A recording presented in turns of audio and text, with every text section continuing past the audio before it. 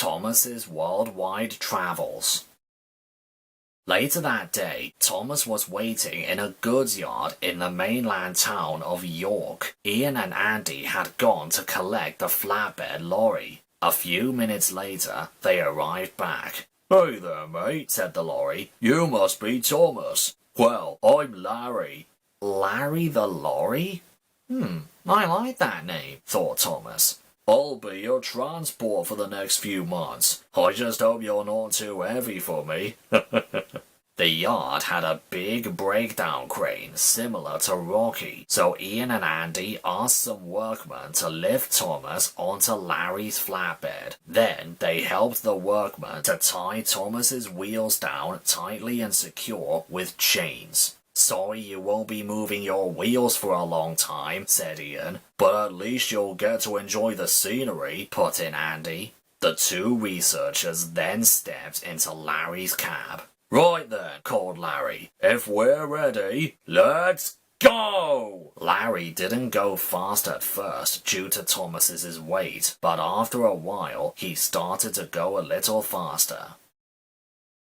The first place the research crew visited was the Flynn Railway in Wales. Larry was parked beside a yard. Thomas could see Flynn himself by the sheds. He was being rubbed down and polished by two little girls, Kathy and Lizzie, before his next passenger train.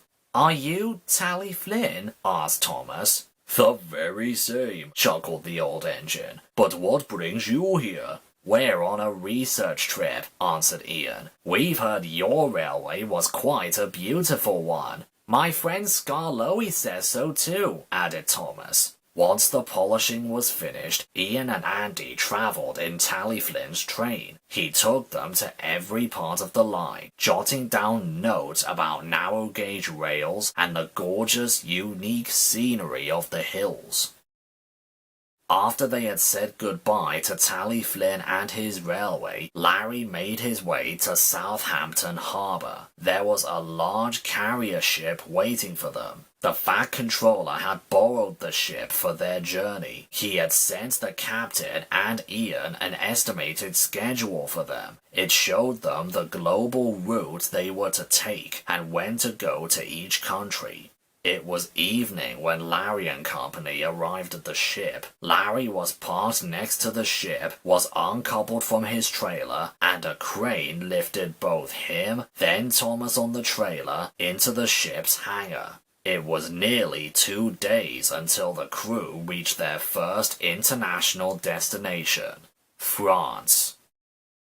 For the next few months, Thomas, Andy, and Ian traveled to all sorts of foreign railways, which started in an electric railway in Paris. They saw Etienne, an engine who runs by using an electric canneterie. Ian and Andy found this most impressive. As they wrote down their notes and took his pictures, Thomas could hear Etienne boasting about how he had won the great race. Then they headed north to Belgium by road, where they saw Axel speeding down the line with a long, heavy express train.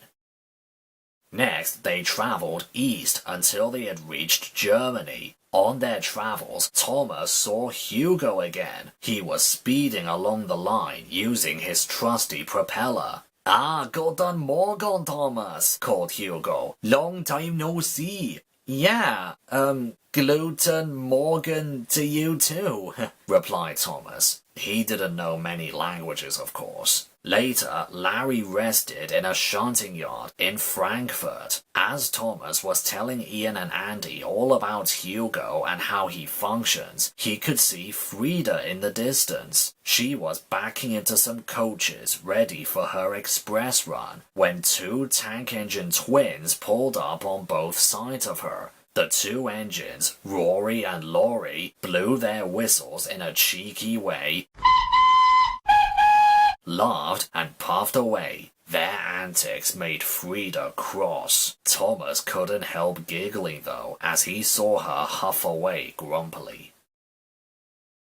They then drove through Switzerland, where they met a few electric tram engines going through steep lines across the hills. The mountains close to the railway reminded Thomas of the Caldy Fell engines and their mountain railway. Next, they traveled to the Italian city of Milan. They drove to an archaeological dig site where they saw a green tank engine called Gina delivering some digging supplies. The dust and hot weather didn't agree with Gina, but at least the buried findings piqued her interest, and Thomas's too. They then reached Genoa Harbor, where they caught the ship. They sailed for many days and many nights to their next destination of India.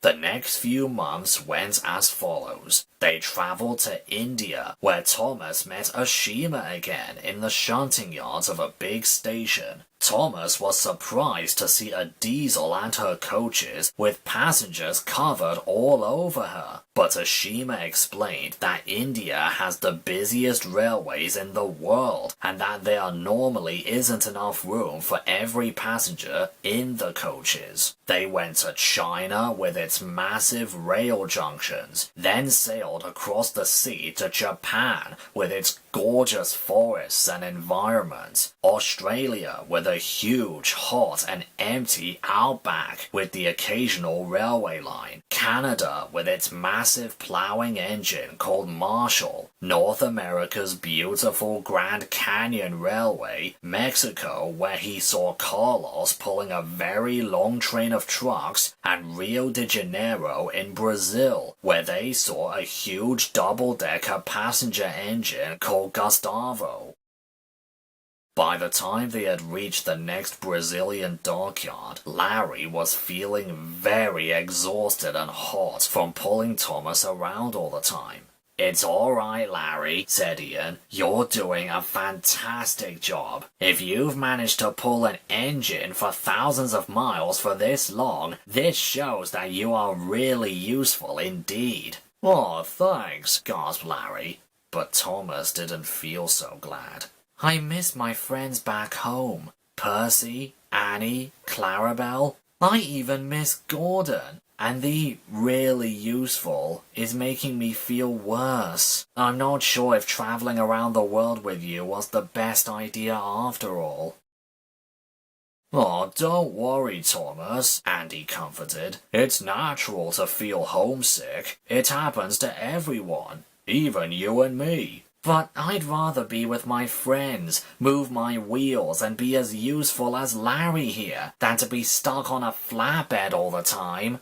"But you are being useful," Ian said. "We didn't know anything about your friend Hugo, was it? If you hadn't have told us, or the Tally Flynn Railway, or even your mountain engine friends." "Besides," added Andy, "we've only got one continent left on our list. Africa. Tell you what, we'll just go to one African country, then you'll be back home in no time." That made Thomas feel a little bit better. Ian and Andy climbed into Larry and they drove away to their ship. But little did they all know that they will do something completely unexpected when they got there. But that's another story.